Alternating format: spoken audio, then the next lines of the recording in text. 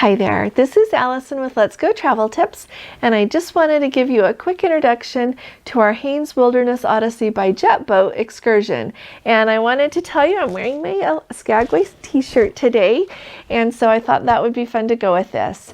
So we booked our excursion through Princess, and the reason that we were sure to do that this time is because they take you a really long ways away from the ship. You will see that we're in a very remote wilderness area, and you're a long ways away from cell phone service. And so we wanted to be sure that if anything unexpected happened, that the ship would be waiting for us. And so that's just why we booked that, and that's really what we recommend, because we don't want to be some of the people that missed the ship. And so as you watch this video, you will notice that I include a lot of the footage that takes you from Skagway down to Haines on the ferry that we rode on. And I included that because I know that the cruise ship comes and goes that way, but it's a really different vantage point to be low and close to the water on the ferry and to have someone narrating a little bit of that. And so I thought that would be enjoyable. And then once we got to Haines, they put us on a bus, and it was like the same size as your basic tour bus, and drove us about 20 or so miles up the road. And let me tell you, our bus driver was absolutely amazing. The whole time she talked about about Haines itself, about the surrounding wilderness and the national park. She talked about what it's like to live in Haines, about the fishing and all of the wildlife, about the bald eagles and the bald eagle festival they have, about the river, about everything to do. And she did a really good job talking about it. It was very informative and very interesting. And so I just kept videoing because she was doing such a good job, and I've included that for you because I think you'll really enjoy it as well. Once we got out to where the boat was, they have a whole little building that has lots and lots of coats and hats and blankets and gloves, everything that you're going to need to stay warm. And they really look and make sure that you've got on what you need to wear to stay warm. So the day that we were there, it wasn't freezing cold. It was a little bit chilly, and as you can see, it's overcast. But once you get on that boat and you're going so fast and you're down low against the water, it gets much colder. And so follow their advice, slide on another coat if they say that you need one. And it just was very kind of them, and they do a really good job on that. And then once you get on the boat, you will see that footage. I included an awful lot of that.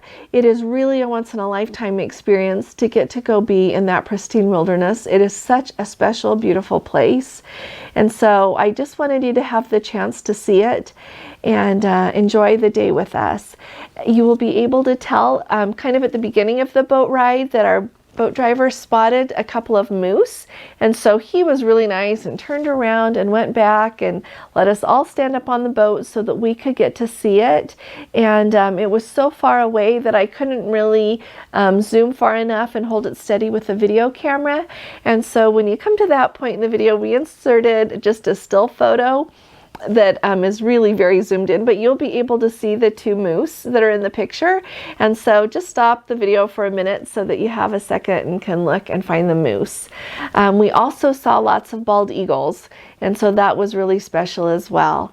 And I want to tell you before I forget that I mentioned it in the Skagway video, but if you haven't seen that, go see the Skagway video. But just a reminder that if you're someone that cannot walk a long distance, or you can't go up a whole bunch of stairs, you can still do this excursion just fine. You just have to be able to go. I would say that the steepest part would be, you can see just the steep part of the ramp to get from the ferry up to the land and then back down again, but that really wasn't that bad. And then also just a couple of stairs in and out of the bus, and then to just step down into the boat and back out again. And so if you can do that, you can go on this excursion. It was just amazing. I highly recommend it. If I had the choice to make again, I would choose this every time. And so as you watch this video, I hope that you enjoy it. Oh, and you know what else I wanted to tell you is that everyone that organized this excursion, everyone working, they were an amazing team. Each one of them did such a good job and were so kind, so knowledgeable, and they worked together really well. It was just outstanding. And while we were gone on the boat ride, our bus driver made everyone a sack lunch. And you might hear the word sack lunch and just think, oh, it was just kind of, you know, humdrum. But you know what? It was absolutely delicious. It was really, really good. She did a lovely job. And a heads up on the brownies that she made. Oh my goodness. I actually am known for making really good brownies, but hers are a whole nother level. And so just know that you're in for a real treat. So as you watch this video, if you are able to go someday, you'll enjoy it because you'll kind of know what to expect and what to look for. And if you don't think that you'll ever get there, I'm so happy that you're here because you can just go along and enjoy the day with us. So I will let you watch the video now and I'll say goodbye at the end. Enjoy.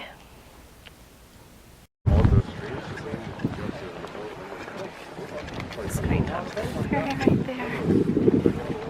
Take us over to Haines.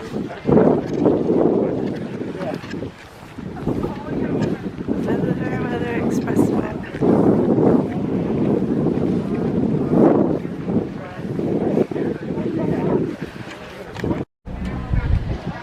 We are on top of the ferry. They have seating upstairs, on the inside and downstairs. And then they have an open deck.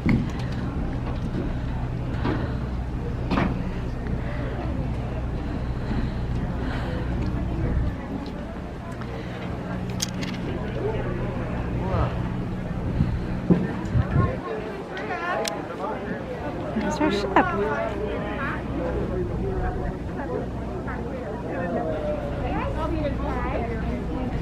Devices are located under your seats. Children's portable flotation devices are located in the This is going to be fun, I think.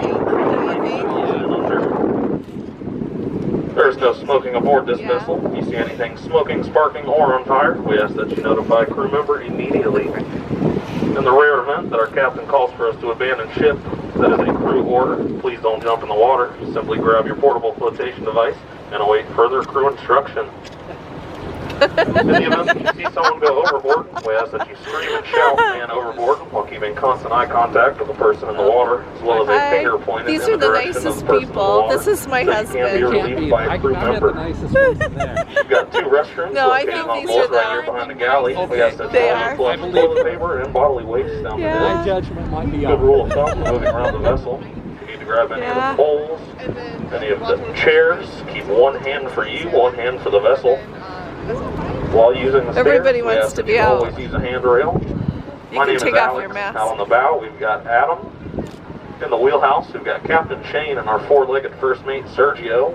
Welcome aboard. I'm now going to come to the front and show you how to don a portable flotation device.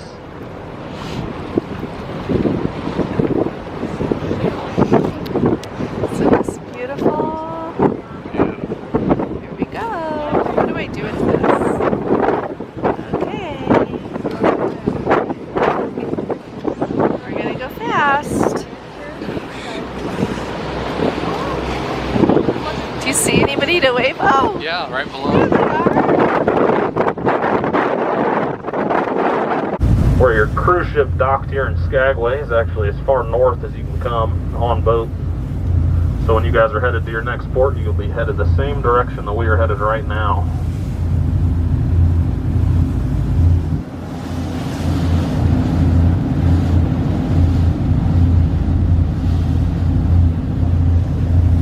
I heard you say you're from Southern California.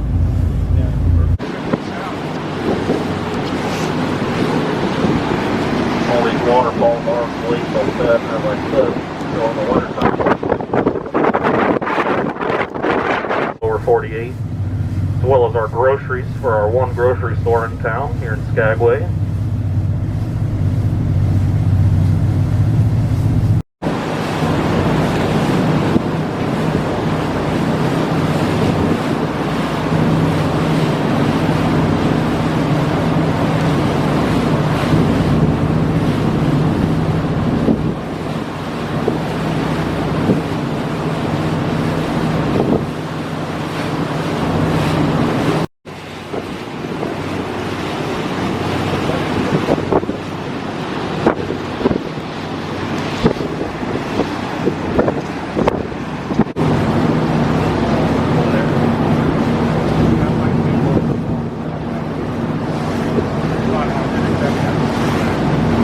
is just beautiful. Back in. Back in. Yeah.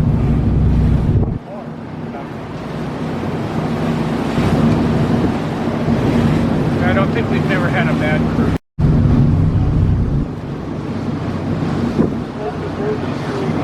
This little area that we're coming into, this open bay, so we just left Kaya Inlet. Off to our left is the Chilkat Inlet.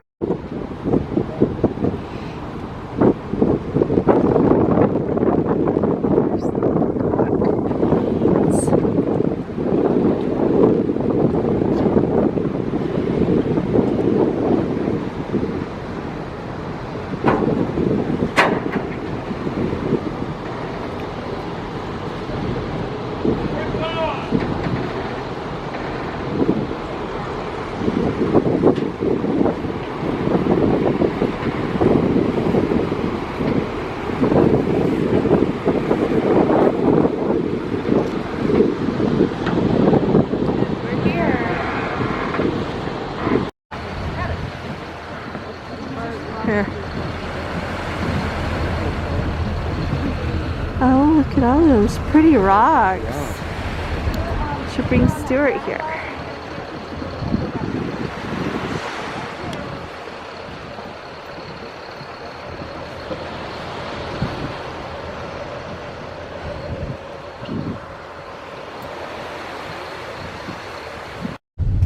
My name is Rochelle. I have lived here in Haines since 1987, so for 34 years, and I love it, obviously, if I'm still here. I moved here when I was 18, and I'll tell you that story on the way back to town, because it's quite the tale. But Haines is home to 2,500 year-round residents. We are bigger in both population and area than Skagway, but we don't get the same amount of cruise ship traffic that they do. We have a dock built for one ship at a time. Oh, here comes my daughter. Hello, goodbye. Going home for her lunch break. Anyway, we have other industries here besides cruise ships. We've got logging, mining, commercial fishing, construction. Tourism is a huge part of our economy, but it's not the only part. So that's nice. It helps us stay open. Up that way is our main street. You can see in this street up here as well will lead up to Main Street. You can look up there and see our busy, bustling life here in town. There it is.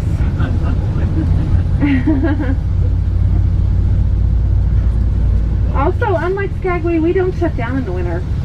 Pretty much everything stays open.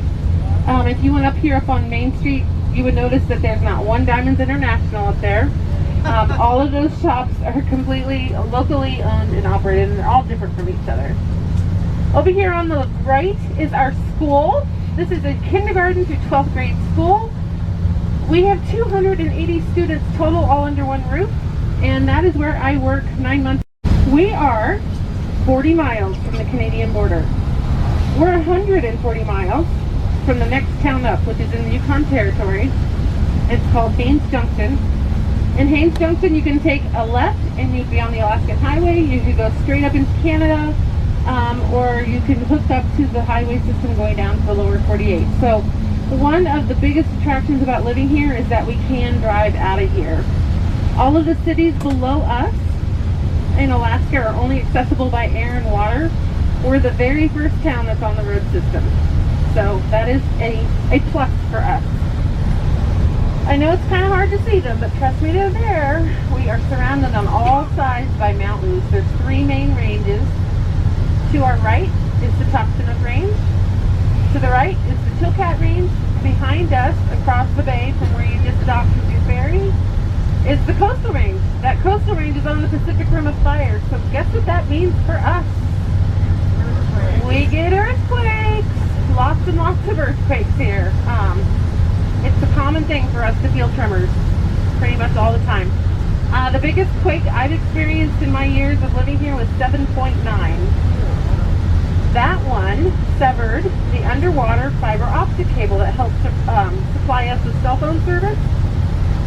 So we all lost our service for about 24 hours, which was horrible. We're quite attached to our cell phones too. But we really don't get any other damage. We don't, I mean, things like will roll out of the cabinets or fall off the walls, but there's no skyscrapers or freeways around here that can fall on any of us. So I don't know if you guys heard in the news a few weeks ago, there was an 8.2 earthquake in Alaska. Yeah. But that was out at the beginning of the Aleutian chain. We never even felt it here.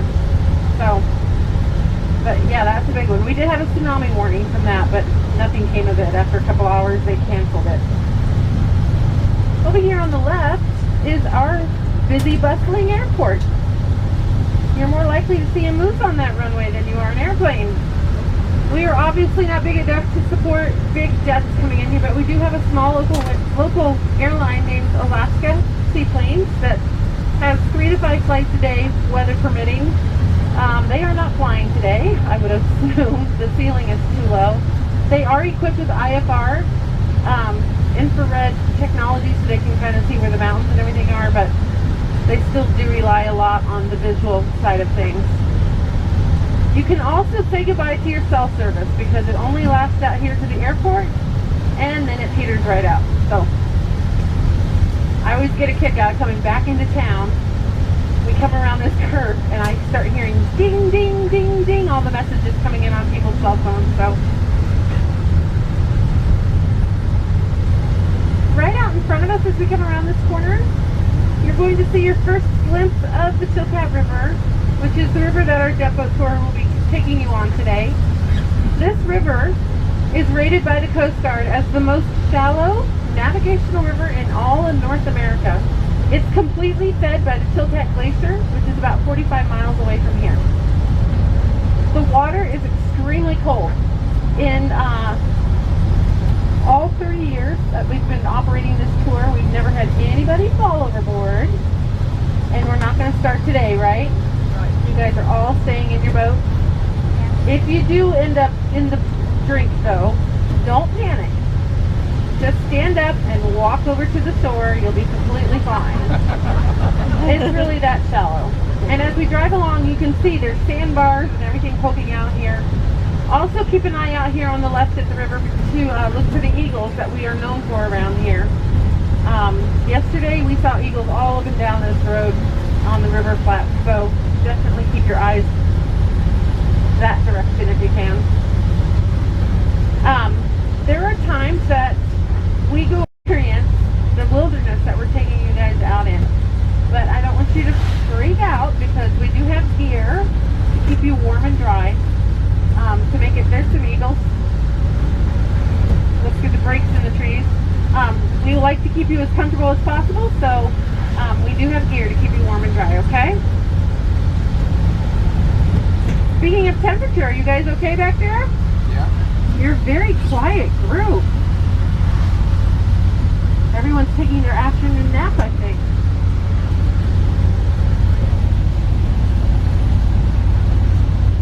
So I get asked frequently, do salmon run in this river? Yes, they do. We get all 5 types of salmon up this river. And there is a trick to knowing what those 5 are. Have you guys heard this trick before? Use your thumb. It's called the hand trick. Use your thumb. That rhymes with chum, which is also known as dog salmon. Sockeye. Poker finger, poke you in your eye. Sockeye.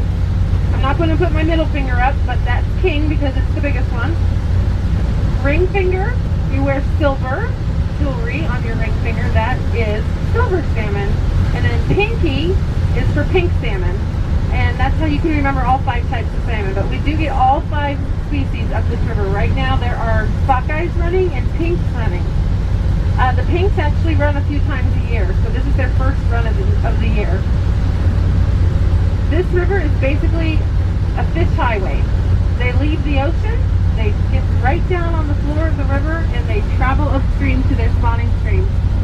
Salmon will not spawn in this water. It is too filthy for them. They have to go upriver on all the different spawning streams empty into the river. They're able to get up into those streams which have clear water, and then that's where they lay their eggs.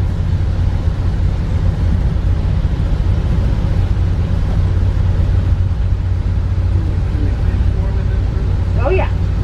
If you're a local, you can fish. You can get up to 6 types of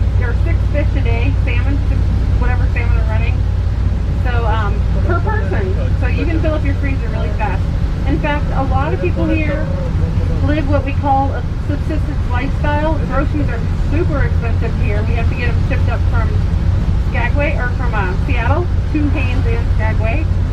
Just to give you an idea of what groceries cost here, right now a gallon of milk is $7.20. A loaf of bread is about $4, just cheap bread. A pound of hamburger is $7. A 2-pound block of cheese is $18. Oh my gosh.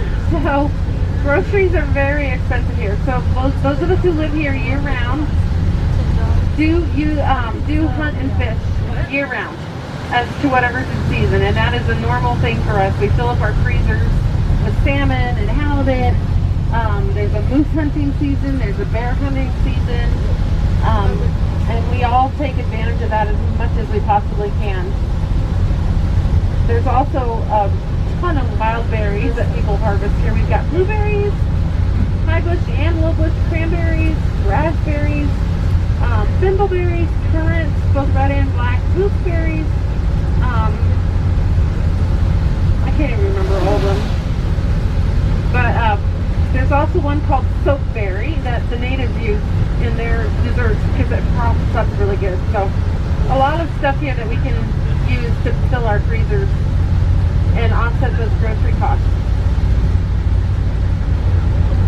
When we come around this next corner off to our left, you're going to see a couple strange looking contraptions, I call them, in the water. At least I hope they're still there. I looked yesterday like they were being disassembled, but oh nope, they're still there. I can slow down, but I can't stop. Anybody know what these are? These are fish wheels.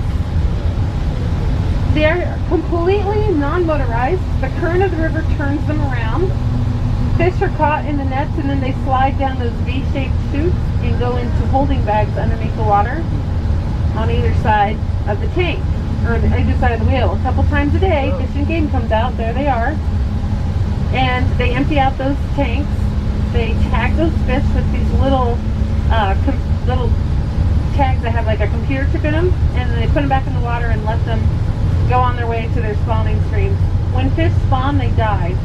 So at the end of every run, Fish and Game goes up all the different creeks in the area, and they'll pick up as many of those tags as they can find. Now, of course, bears eat fish, so if that happens, it comes out the back end of the bear. They find as many of these as they can. They take those tags back to their offices, and then they run the data from those chips, and they're able to figure out all kinds of interesting pieces of information.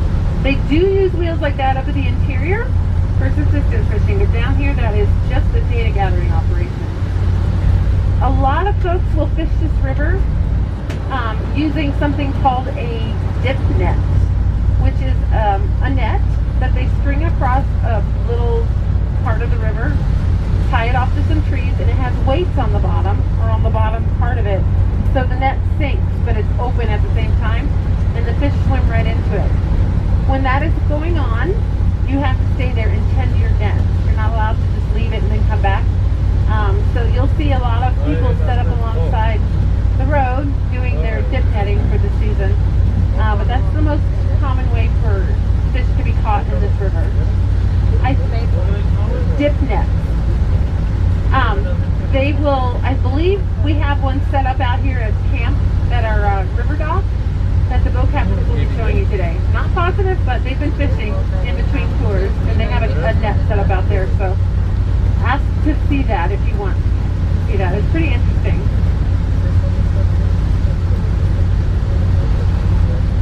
In 1982, the state of Alaska established the Chilkat Bald Eagle Preserve. You might have noticed we passed the sign saying we were entering in a couple miles ago. This preserve is 14,000 square miles of acreage, and it pretty much is this entire valley.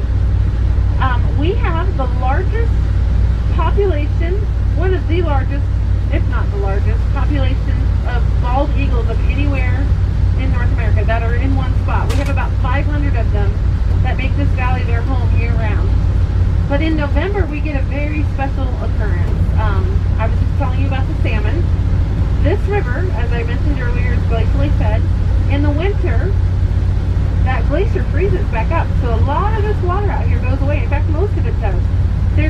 few channels out in the middle that stay open thanks to what we call aquifers, which are warm springs of water that come up out of the dirt, out of the silt.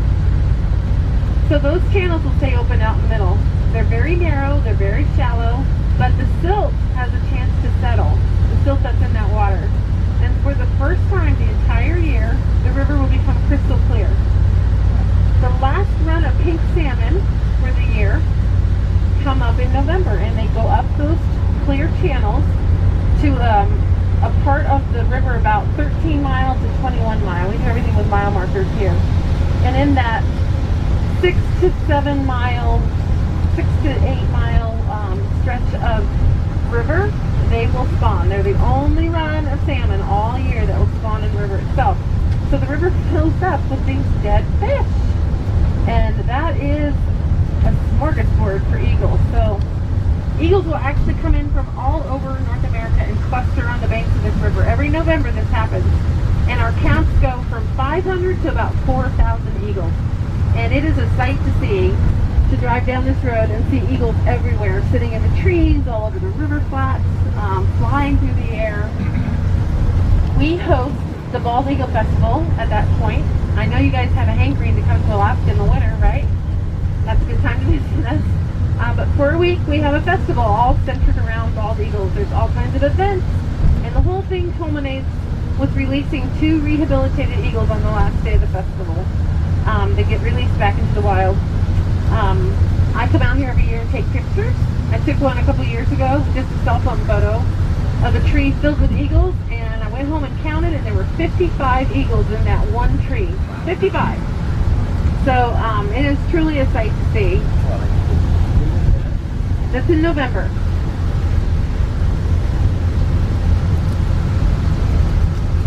This wilderness that we're driving through is also home to other types of wildlife. We've got moose here, both black bears and brown bears. The brown bears are grizzlies. They have the big hump on their shoulder blades.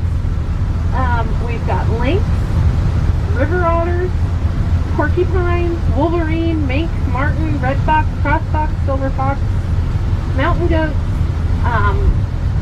We are also a major migration path for birds. So during these summer months, we've got birds ranging in size from ruby-throated hummingbirds to big, huge trumpeter swans, which actually spend their winters here as well. So a lot of wildlife in this area.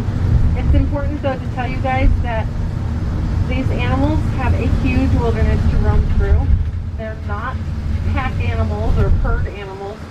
You're not going to see a herd of moose standing in a meadow. You're not going to see a family of bears on the river. You're going to see one moose at a time, one bear at a time. And they wander wherever they want to. We do not feed them. Priscilla, Rochelle, would you just let the guys know your front feeders are the ones they're looking for close to a speaker on the boat? Copy that. Anyway, these animals are very, very solitary, and they have a huge wilderness to roam through. We don't feed them. We don't herd them into areas for you to view. They have free reign of this whole area, so keep your eyes peeled. Their best defense is how well they camouflage into their surroundings. The boat captains are excellent at finding them if they're out there, and they'll get the boat stopped and let you stand up and take photos. But just know that we can't predict anything. They do what they want to do. We have no control over it. Okay? How is everybody doing back there? Y'all are so quiet. Just great. So remember I told you that we are on the road system. What I didn't tell you is that we're on the one and only road system out of here. This is the only way in and out of Haines, and we are in the middle of a 5-year construction project. I believe this is year 3 or 4. 3. They are redoing this road pretty much all the way up to the Canadian border. It needs to be done, but it is a pain to go through. We don't sit here very long. There are 3 pilot cars running back in the rainforest called the Tongass National Rainforest, which means we get a lot of rain and we get a lot of snow. We can get up to 600 inches of snow in the winter. That's not all on the ground at one time. That's accumulated over the entire winter. speaking of snow, our temperatures are not that bad in the winter, 20 to 30 degrees above zero because we live on the ocean, so that moderates it a lot, but it does bring a lot of moisture. And one of the facts of life of living here is we get landslides quite frequently, just because the ground just gets so wet and the mountains will just slide. It's just a normal fact of life for us. Remember I said we do everything by mile marker? There's a spot up here about 5 miles from here, 19 mile, that has been a headache for all of us locals for years. Anytime it rains, it slides. Anytime it snows, it slides. And the road gets covered and everybody on that end is stuck. Everybody over here is stuck. DOT has to come and clean it all out and let people through again. It's just a pain. So the state has stepped in and they are doing a complete overhaul of that area. You're going to see they've put in huge culverts, like big enough to park this bus in, 4 of them. I guess the idea is that they can drive a loader in there and scoop out mud. I don't know, we'll find out. And they're building the road up above it, so the road is being raised about 100 feet up in the air from what it is now. So that's the reason for all of this. You might have heard about us in the news this past December. We had what the meteorologists call a 200-year storm. We had a huge snowstorm come through, dropped 6 feet of snow in one storm, and then it turned to rain. We got all of these, what do they call them, atmospheric rivers that came from Hawaii and dumped on top of the snow. We got 10 inches in 48 hours. 10 inches of rain in 48 hours on top of the 6 feet of snow. And we had catastrophic road failures all over this whole valley. Like, you couldn't even go anywhere in town. The roads in town were all washed out. There were 80 landslides in the entire valley. The biggest one is right down where I picked you guys up today. You might have seen the muddy thing coming down the mountain off to the left. It's called the Beach Road Slide. That one is 600 feet wide, and I don't even know how long it is, but that particular slide took out 9 homes, just washed them right out into the ocean and killed 2 people. One of them was our kindergarten teacher, who was one of my good friends. Terribly, terribly tragic set of circumstances, but that's all context for this construction. So we'll see if it works this winter, if they actually get it done in time before they have to stop for the year. So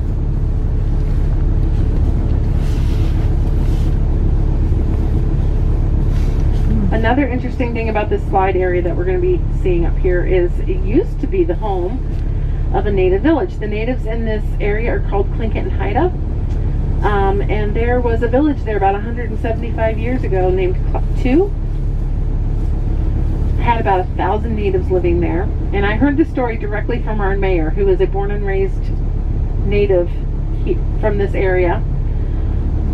She said that one day the shaman, who was like the religious medicinal leader of the village, had a dream or a vision or something that warned him that there was some catastrophic event going to happen to this village. So he called everybody together and he said, we're going to go hooligan fishing for a week. Hooligan I'll tell you about in a minute. So the whole village packed up, men, women, children, everybody, every single person left, and they went out fishing for a week. When they came back, the village was gone. It had been completely buried in a slide. So they were all saved. Not one single person died as a result of this shaman's warning. But we still find artifacts in the slide area from that village.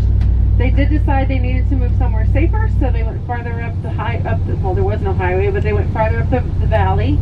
They found a much better location to the left on the Chilkat River, and they rebuilt their village. They named it Cluck, and it's still there today. Today there's 350 natives living there, so I'll point that out to you as we go along. But for right now, I'm going to get us through here safely, okay? Thank you.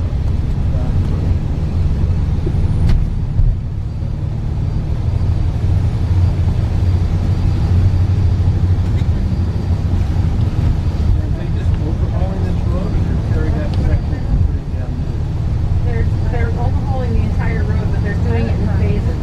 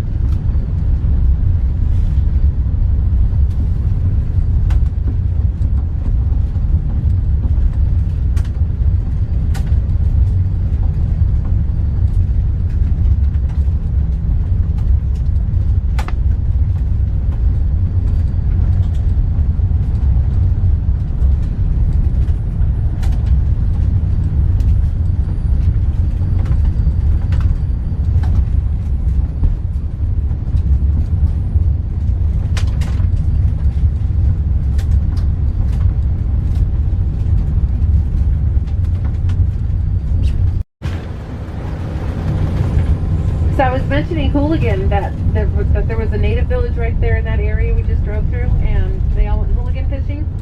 Hooligan are these small silver smelt like fish that run all the rivers in this valley in the spring. And in fact, they're like a sign of spring. Everybody, always around the end of April, beginning of May, everyone starts watching the rivers. Are the hooligan running yet? Are the hooligan running? That's just a common phrase that we hear. And the sign that they're coming, or that they're very near, are the flocks and flocks and flocks of seagulls that just flood the rivers. And then come the stellar sea lions, and you start hearing them belching and burping out there in the water. And that's how we know that the hooligan are here. But hooligan are small silver, smell like fish that are very oily, and we locals like to eat them. And you eat them whole. I mean, well, you've got them and all that, but you just chop off their heads and tails, and you got them, and then you can bake them, fry them like as a whole fish. They're very crunchy, very crispy. I've been told that you are not a true local until you have bitten the head off of the hooligan. So I guess I'm not a true local, because there's no way in heck I'm ever going to do that. Our high school science teacher thinks it's hilarious to tell his marine biology students that they're not going to pass his class unless they bite the head off of the hooligan. So he's got pictures and pictures galore from all his years of kids doing that. But they come up in huge schools, and how you fish for them is you just stand in the water with one of those long nets on a pole, and you just scoop them up and put them in a bucket. I mean, literally, you can pick them up by the handfuls. When do they run? They usually run the very beginning 2 weeks of May. So it's a short window. It's a short window, but it's a sure sign of spring. The weather changes right around then, and everything starts to get nice. When does the snow usually start? The snow usually starts, well, you guys just see that eagle flying right over us. The snow usually comes the end of October, beginning of November. That's normal for us. But anyway, the natives with these hooligan, the natives use them for their oil, as I mentioned, and the way they extract that oil is rather gross. They will dig big pits in the ground, and they put the fish down in those pits, and they cover them up and let them rot for a few weeks. Doesn't that sound wonderful? What do they use the oil? The oil comes up, they come back, the oil has risen to the surface, they skim it off, and they render it down in these big outdoor pots. You can smell it as you're driving the road. And then they put them in candy jars and can them, and they just use it for cooking. It's super, super rich in omega-3s, and it's just a common fact of life. They just go back, they decompose back into the earth. It's no big deal.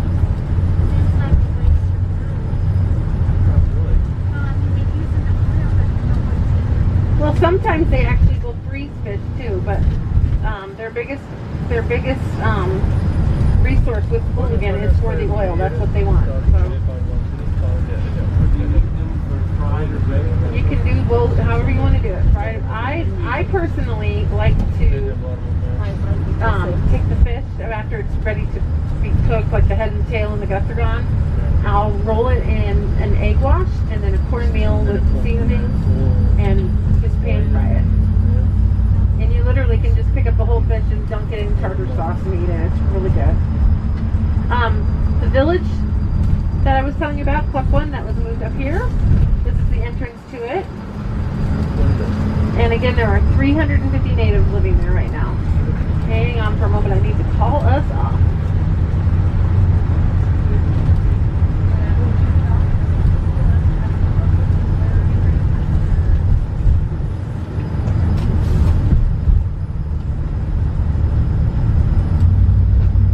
Okay, we are almost to our river dock. We're going to come down the other side of this hill, cross the bridge. If you look off to your right, you'll see our boats in the water waiting for you. Check out the scenery to the left as well. That gives you an idea of the wilderness we're taking you guys into. As I mentioned earlier, these boats are open to the air. This is the best way to experience this incredible landscape that we're going to be boating you up into. Your trip up the river and back is about an hour and 45 minutes. There are no cars out there, no electricity, no roads, no phones. It is really, truly the boonies of Alaska. We do have gear, as I mentioned earlier, to keep you warm and dry. You'll also be happy to know that You have chosen the one and only tour in the entire valley that has flush toilets. Don't you all feel so special? No porta potties, no outhouses. Now they're not on the boats, they're at camp. But when we pull into camp, the restrooms are going to be to your left. Definitely use them before you go out on the river. And then we're going to get you over to our gear shed. Now, I always tell everyone, it doesn't matter how geared up you think you are. If we think you need more gear, just listen to us and take it. It's better that you have it and not need it than get out there and need it and not have it, right? And you might look like an Oompa Loompa when we're done with you. You'll be a warm and dry Oompa Loompa. We've got coats that you can just put right over the top of yours. Nice, big, heavy jackets. They have Velcro down the front. We've got blankets for your lap. We've got head warmers for your ears. We've got gloves. And when you are all geared up and ready to go on the boat, you can go stand over by the campfire. And that is my sign that you are ready to get on the boat. So we'll get you loaded up. And while you guys are out on the river for your adventure, I'm going to be helping the cook make you a light little lunch, supper, whatever you want to call it.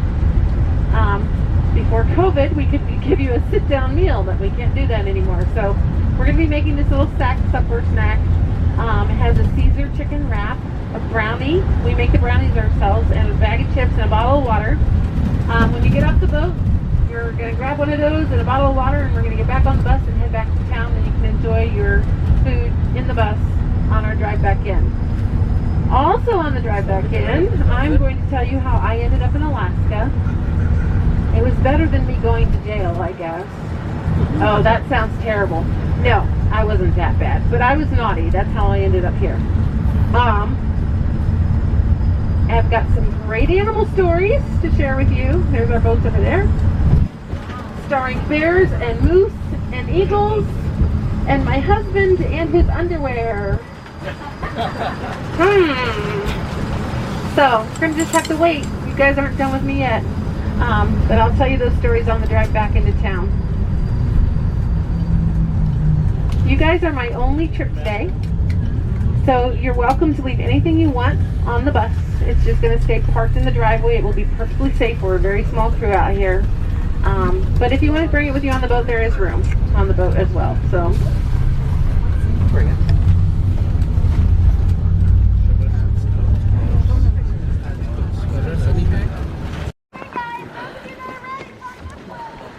Look how beautiful this is. Yes.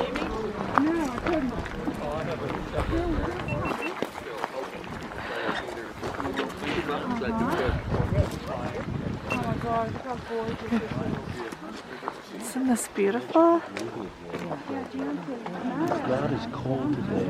No. Here it's supposed to be good. No. He said,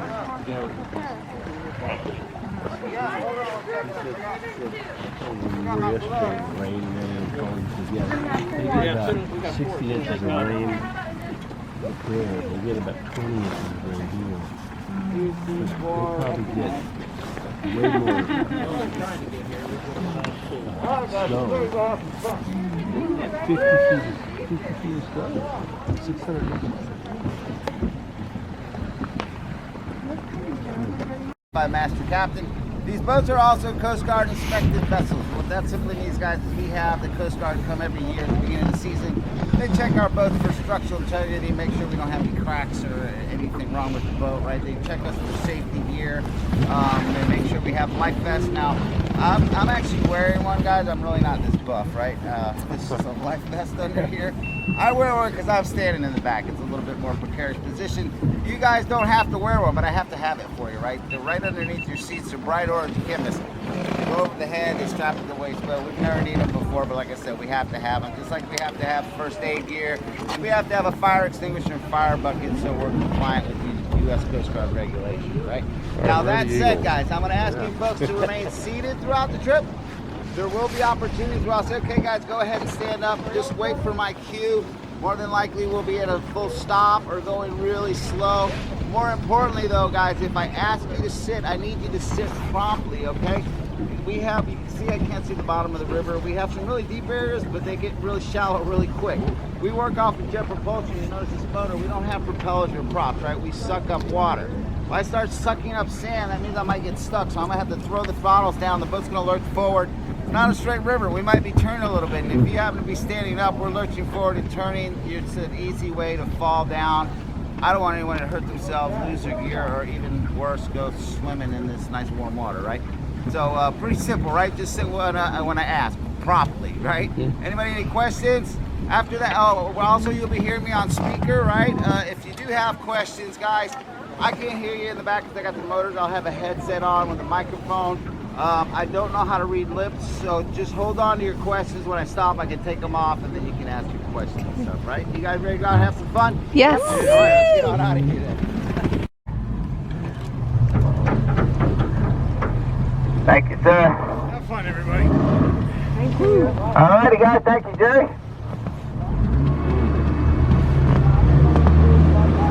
Alrighty, folks. Welcome aboard the Tahini. That's the name of the vessel you're on. It happens to be the coolest boat in the fleet.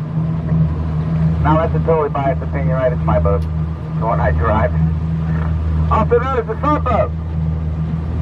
And all our boats are named after rivers in the area. This one happens to be named after the Tahini, which is kind of a cool name. It lies way up north. We're not going to get that far. Too far north, but I'll see how far I can get us today. Hopefully we'll get in with just a couple of miles of the British Columbia border. All right, guys, here we go. 1, 2, and 3. Woohoo!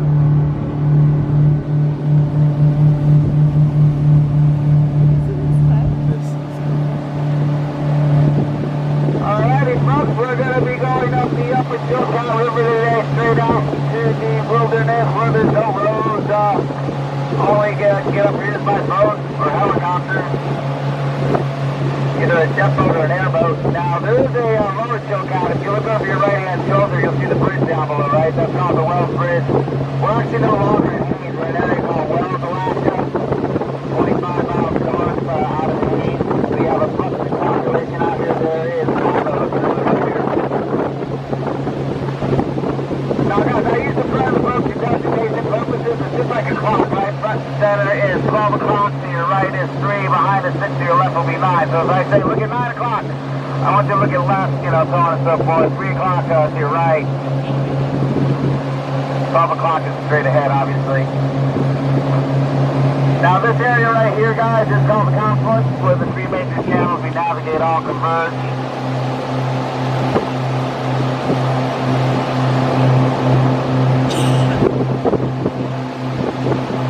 Now, folks, you're going to notice I'm going to be swerving around a lot, and it's not because I've been drinking. What I'm trying to do is read the texture of the water, gives me an idea where it's more shallow, where it's deeper, where it's more shallow. Right here, we're going to have to go over a very shallow area, so just bear with me here, guys. You might feel the boat lift up a little bit.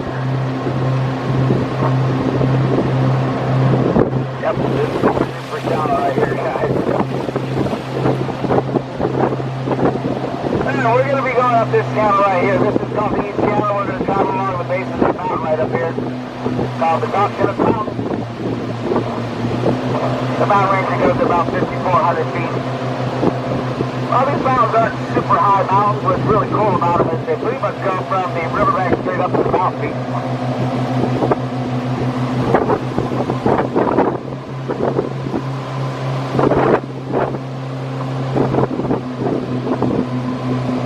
Folks, I do have 3 responsibilities back here. My number 1 responsibility, obviously, is navigation. And that's just a fancy word for driving the boat, right? It's a nautical term. Navigate, drive. My second responsibility is I'm going to be talking. Now, I promise I won't talk the whole time. I do like to give you folks the opportunity just to join your surroundings without having to listen to me yammering on the whole trip, right? Normally I talk, mostly on the first half of the trip. Second half of the trip, not as much.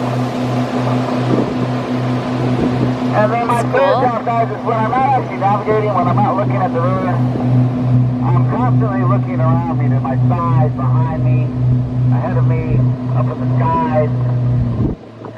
And what I'm doing is I'm looking for wildlife.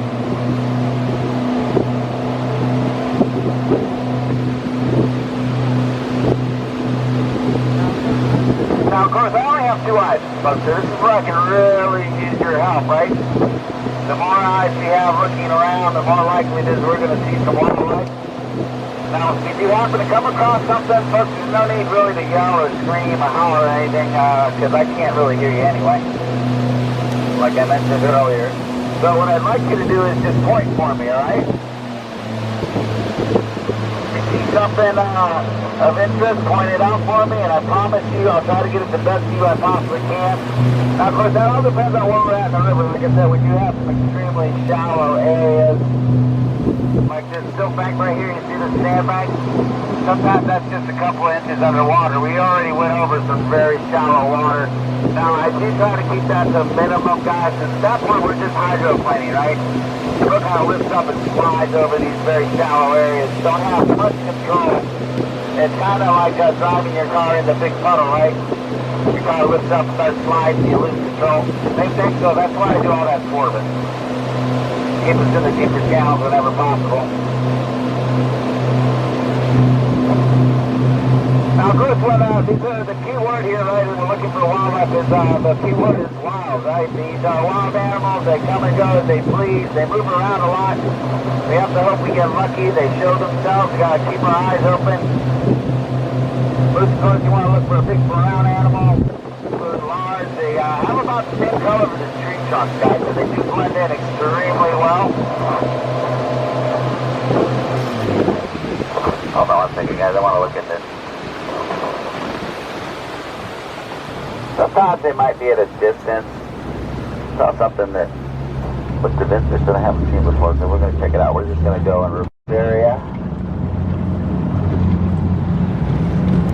Bear with me, guys. I'd rather check it out. So if you have any doubt, guys, it's better always to check it out, because sometimes they look like tree trunks. Sometimes it ends up being a tree trunk, but a lot of times those tree trunks end up being moose, so you never know, right?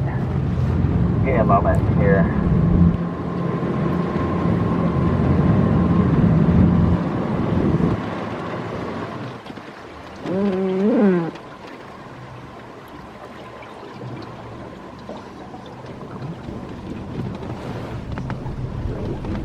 Oh, he moved.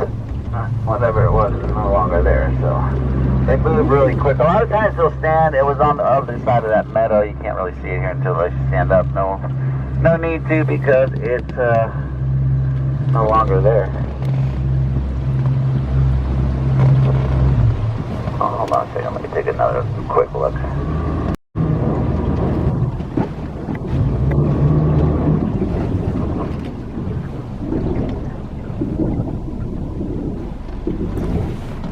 Where'd you go? Oh, there it is, guys. Okay. Now, hold on. Let me get this boat under control. Now, I'm going to have to do a zigzag.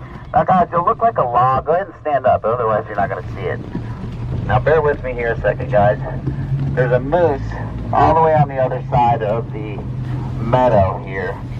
It'll only take us a minute. Oh.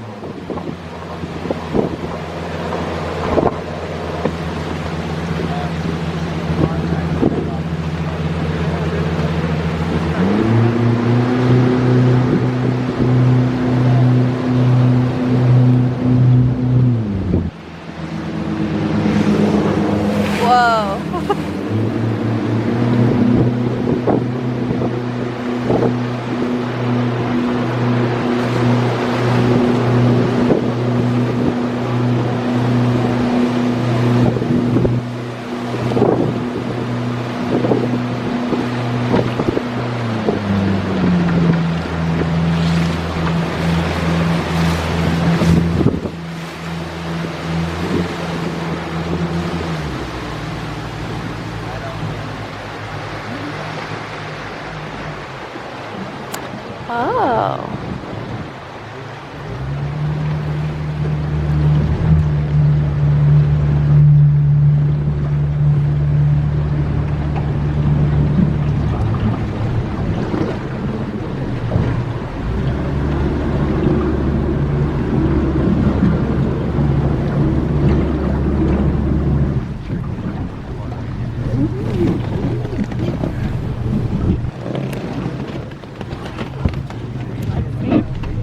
Can we stand up?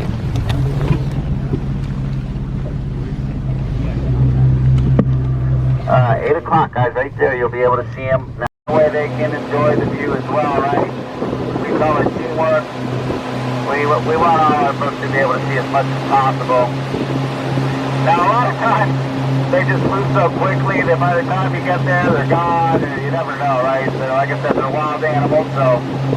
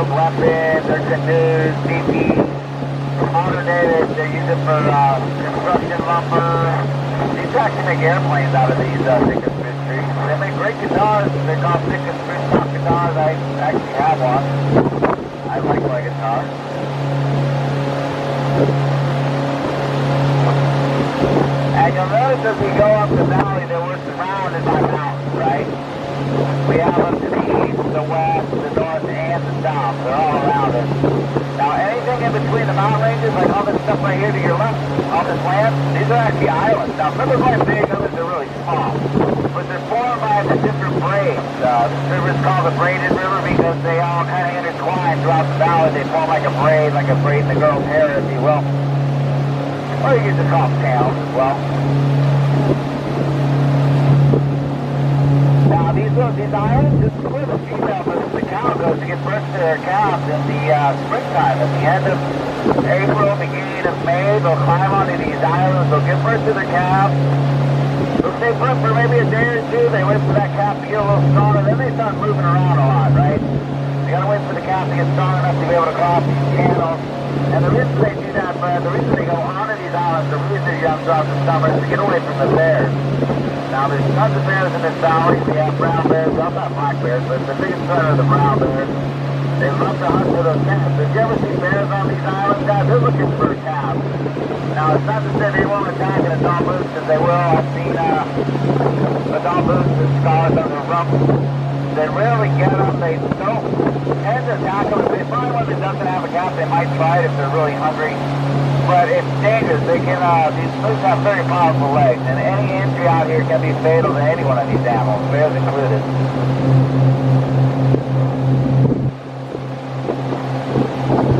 Now what they'll do is, like, these are great examples. These little islands right here in front of us, one right around 10 o'clock. If the female gets alarmed, what she'll do is she'll run to the other side. She'll jump into the water and swim across the river, right? The calf will follow so they can get away from the bears. And they'll keep doing that so they feel safe. Now the bears in this valley, folks, they're called brown bears. They're the exact same bear as the grizzly bear, by the way.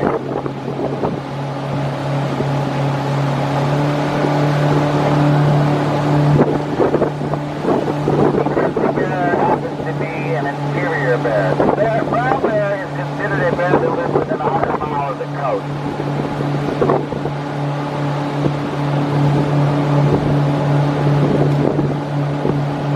Now these big boar, which is the male, can get up to 1,500 pounds. Now typically they have to be about 10 years old to get up to that 1,000-pound range. This is also the time of year, like for example, we just saw those two bull moose. They're actually starting to come down right now because the rut will begin at the end of September. So they start coming down from the mountains. Normally they spend their time up in the mountains. They'll start coming down here in tomorrow to look for females, right? To mate. Now, like I said earlier, they can get up to 7 feet at the shoulders. The rack is up to 6 feet across, which 50 antlers. Those antlers are actually considered the fastest growing birth rate of any mammal on the planet. They can grow those big mature males can grow them up to 1 inch a day.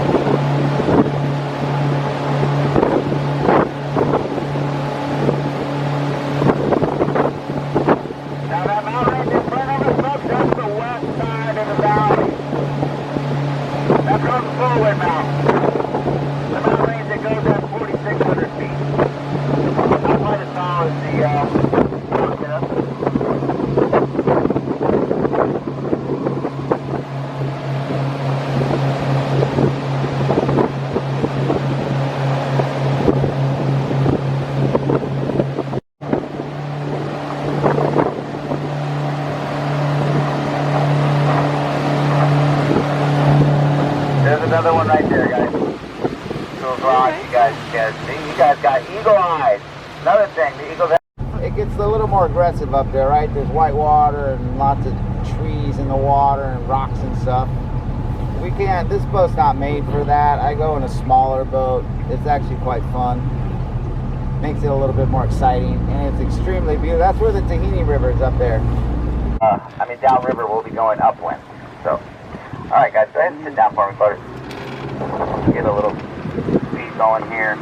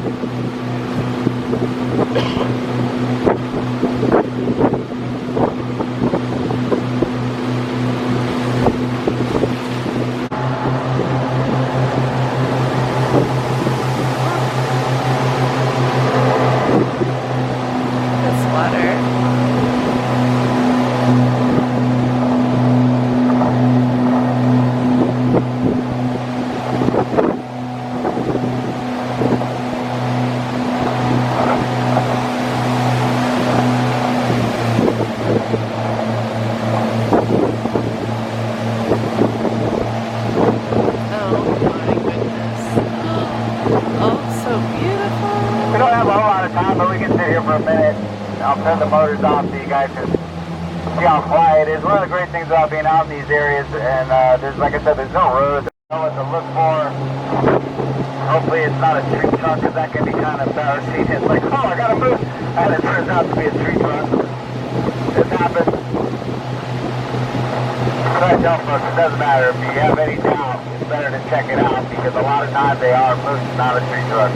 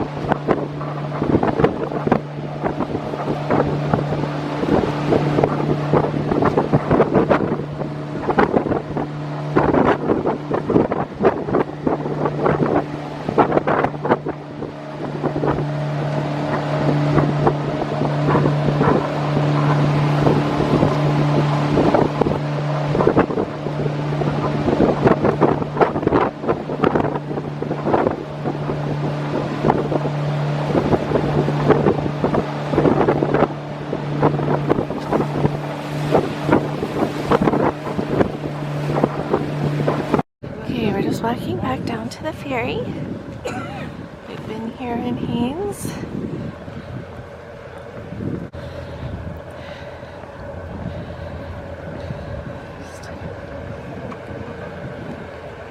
It's the Haines Skagway Fast Ferry. And you just have this right down through there is where Skagway is on that channel.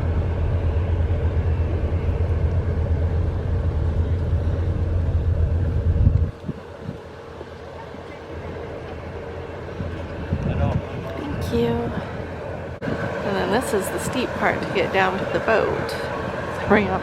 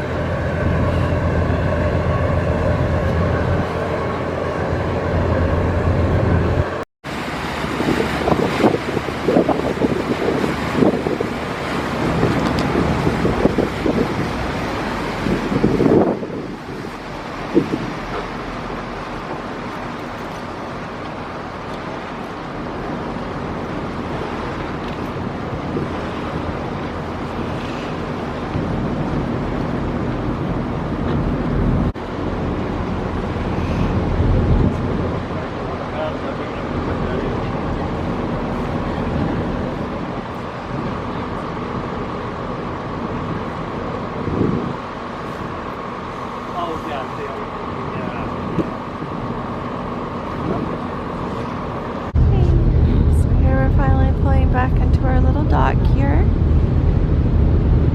We're at the edge of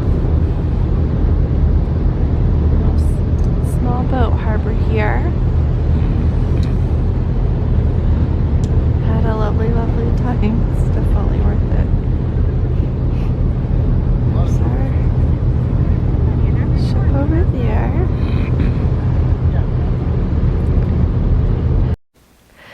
Hi, I hope you enjoyed our video. If you did enjoy the video, will you please subscribe to our channel and give us a thumbs up on this video? It'll really help us out. If you have any questions or anything at all, just put those down in the comments below and we will get back to you as quickly as we can. And I've included some other links that I think you will find useful in the information box as well, to videos that will help if you're planning to cruise with Princess or any other cruise lines right now, as well as some of our other adventures on this trip. So I'll be talking to you again soon. You all take really good care. God bless you. Mwah. Love you. Bye-bye.